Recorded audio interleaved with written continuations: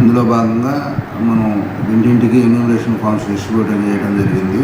అదేవిధంగా వాటిని మళ్ళీ రీకలెక్ట్ చేసి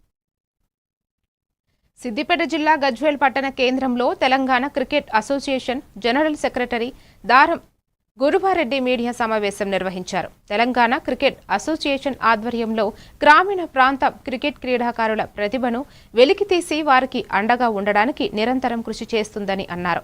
హైదరాబాద్ క్రికెట్ అసోసియేషన్ అనుసరిస్తున్న ఏకపక్ష వైఖరిని ఆయన ఖండించారు. తెలంగాణ రాష్ట్రంలోని ప్రతి గ్రామీణ ప్రాంతం నుండి అంతర్జాతీయ స్థాయి క్రికెటర్లుగా తీర్చిదిద్దడానికి తెలంగాణ క్రికెట్ అసోసియేషన్ కృషి చేస్తుందని అన్నారు. సిద్దిపేట, గజ్వేల్ చుట్టుపక్కల లాంటి ప్రాంతాల్లోంచి ఇండియన్ టీంలో, ఐపీఎల్ టీంలో క్రికెట్ ప్లేయర్ని ఆడేయడానికి తెలంగాణ క్రికెట్ అసోసియేషన్ పనిచేస్తుంది.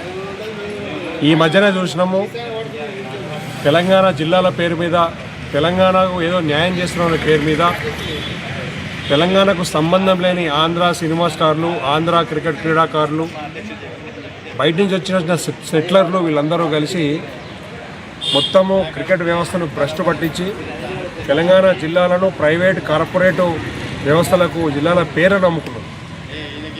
దాదాపు 45 నుంచి 50 కోట్ల రూపాయలు వసూలు చేసి దాంట్లో 30 కోట్ల రూపాయలు ఏమి అకౌంటబిలిటీ లేకుండా ఒక దొంగ అకౌంట్లోంచి వాళ్ళ పర్సనల్ అకౌంట్లోకి, వాళ్ళ కంపెనీకి సంబంధించిన కార్పొరేట్ అకౌంట్లోకి, ప్రైవేట్ బిజినెస్ అకౌంట్లోకి కొల్లగొట్టి మొత్తము 15 కోట్ల రూపాయల నష్టం వచ్చింది.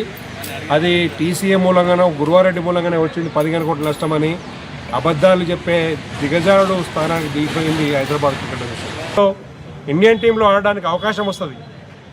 ఏ ప్రధాన ఉద్దేశంతో కొట్లాడి తెలంగాణ సాధించుకున్నామో ఆ ఉద్దేశాన్ని ఈ పేద ప్రజలకు, వెనుకబడిన వర్గాలకు, యువతకు అందకుండా చేస్తున్న ఈ ప్రభుత్వానికి బుద్ధి చెప్పే రోజు దగ్గరలో ఉంది.